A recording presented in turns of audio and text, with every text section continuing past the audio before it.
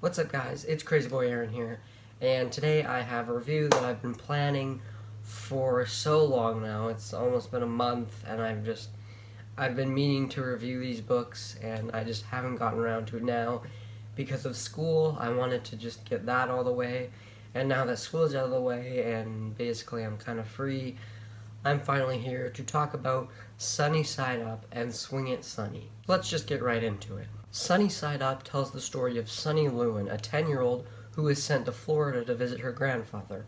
Unfortunately, she doesn't find it all that interesting until she meets a boy named Buzz, who is obsessed with comic books, and they start going on adventures together. Now, I have to say, I really enjoyed the relationship between Sunny and Buzz in this book. The characters in this book are all great, and without spoiling it, the message at the ending was very well done, and I thought it was just a really great message. This book is actually very well written. Over time, you get to see why Sunny was sent to Florida in the first place. One thing I will say about this book is that there's not a whole lot of dialogue in it. It only took me about an hour and a half, I'd say, to read this. It's pretty short because there's not a lot of dialogue. So, yeah, but despite this book's short length, I still really enjoyed it. It's very well written, and I would definitely recommend it. I'm going to give Sunny Side Up an 8 out of 10.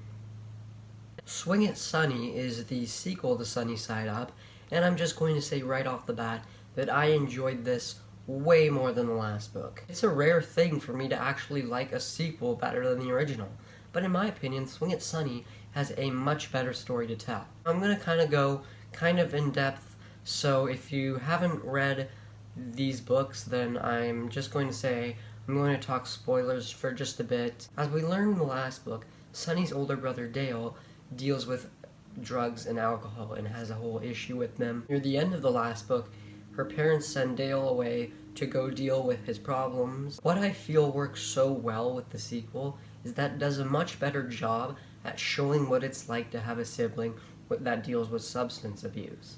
The first book kind of dwelled on it, but it's the second book that really dwells deeper on it. And there's this really great moment,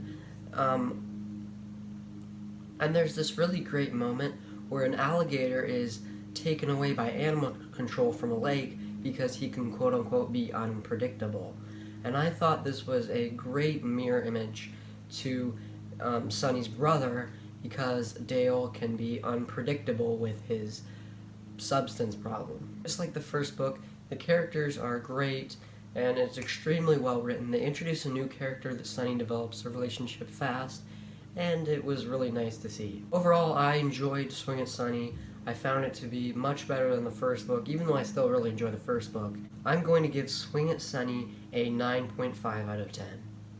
So yeah, those were my thoughts on Sunny Side Up and Swing It Sunny. I would recommend them both. They're really great books. If I had one complaint, it's just that there's not a lot of dialogue. Like I said, it doesn't take long to read, but I guess that's just a nitpick. So I hope you guys enjoyed this. I'm looking forward to the third installment that's coming out later this year. You can expect a review for that, of course.